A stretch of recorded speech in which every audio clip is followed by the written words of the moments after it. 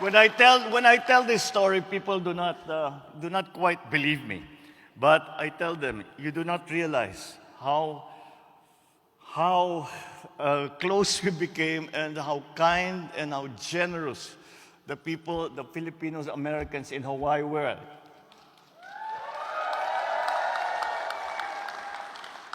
PSC, PSC, mga PSC, dating PSC. Oh, kita mo? These are your predecessors. Ito yung mga dating presidential security. Hindi, ito mga naiwan na dito. Ito yung mga sumama sa amin. At they already found that thing. Pati po yung nag-entertain sa atin, si Florante. Matagal siya nandito. Lagi kami magkasama ni Florante nung nandito kami. And as I was saying, when I tell this story, people do not believe it. They do not quite believe it. But we landed here with nothing. Even ultimo yung damit namin, silang nagbigay. Silang nagpapakain sa amin. Pati yung mga appliance doon sa Makiki, silang nagdadala. At pagka kami nalulungkot, sila ang nagpapasaya sa amin. Kung hindi sa inyo, palagay ko, wala na yung pamilyang Marcos. Kaya hindi ko makakalimutan. On behalf of my entire family, wala na yung aking ama. But when my mother found out that I was coming to Honolulu, he said, you make sure that you go back to all of those people who went out of their way to keep us comfortable, to keep us alive, literally alive. And that is something that I will carry in my heart, that the Marcos family will carry in our heart. We tell our children about this and how wonderful you all were to us in the time that we were here. We could not have survived that very difficult period if not for you. And that's why when I was in San Francisco, I insisted we must pass by Hawaii, because even if I thank you every day for 1,000 years, it is not enough for all of the things that you did for us.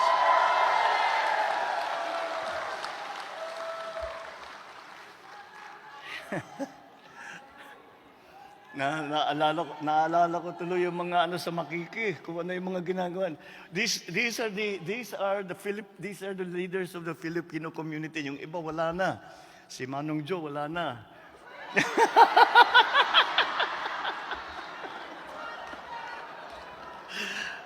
Wala na, tumanda na tayo lahat, Manong. Naka-wheelchair na. But without you, siyang nauuna. Siya talaga. Ang sabi sa akin, when I first arrived here, kausap ko si Uncle Coco, your father.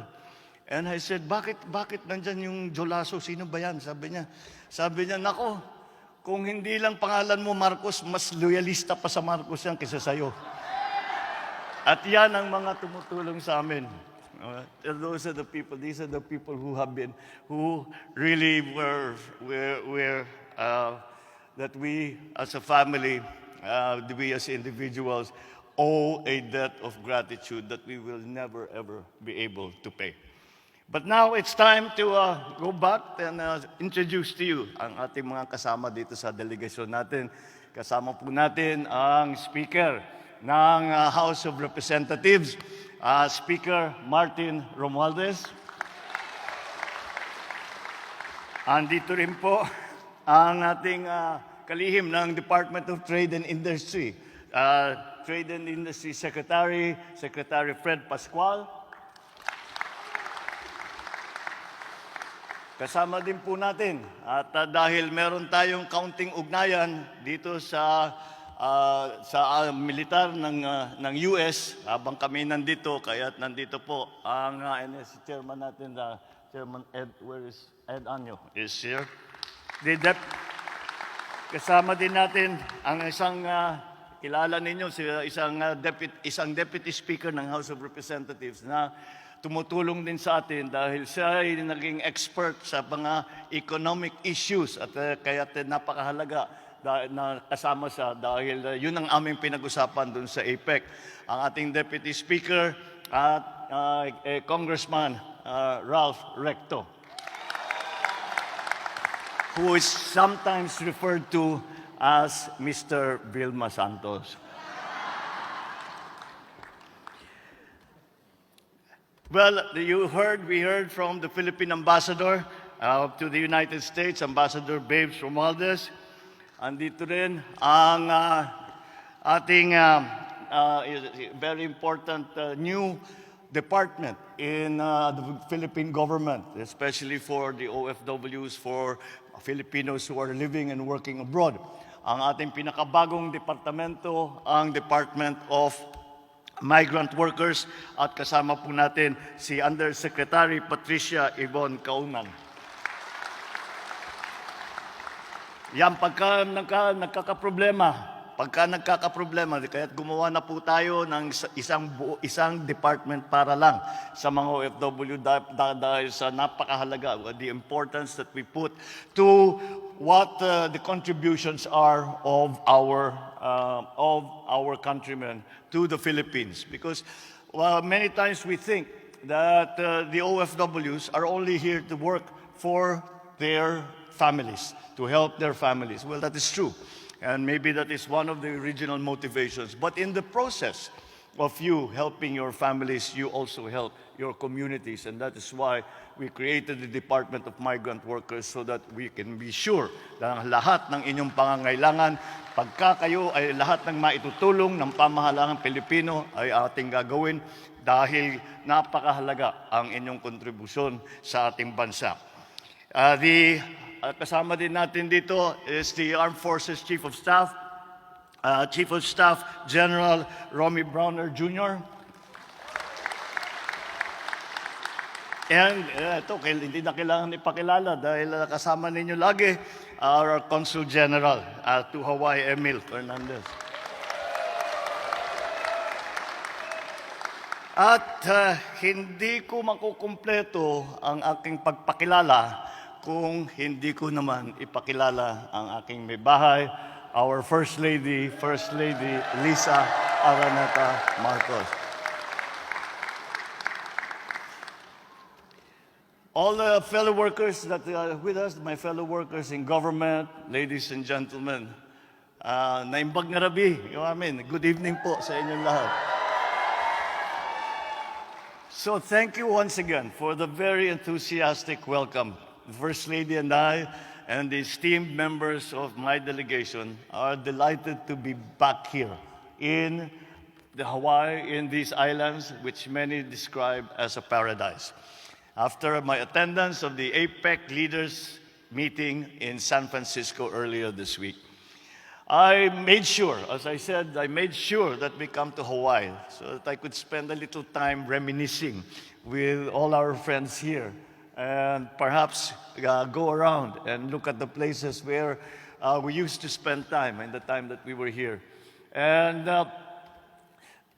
many of you,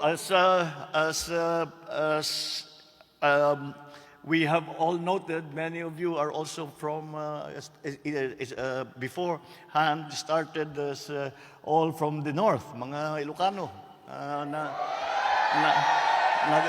Nagaduti Ilocano dito eh. So, and that is why we have made it a point to come. Also, I wanted to come because we have been watching in the Philippines. Pinapanood namin ang mga pangyayari sa Maui, at kawawa naman ang ating mga Pilipino na naging casualty. And so before I proceed, let us share a moment of silence as we remember those who perished in the devastating wildfires in Maui last August.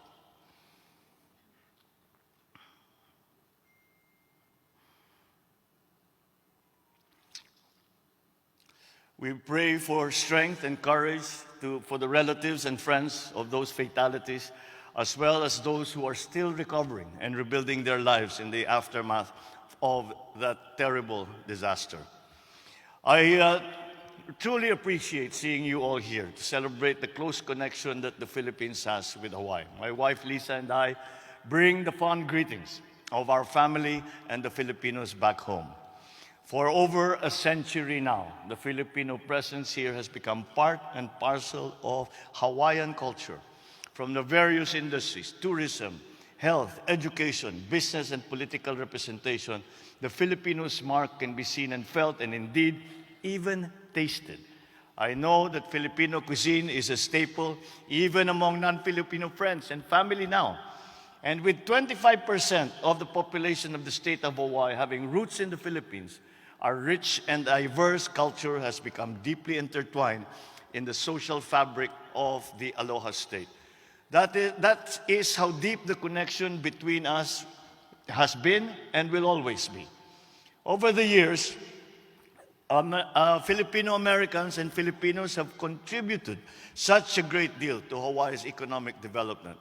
Our connection began when 15 Sakadas arrived in 1906.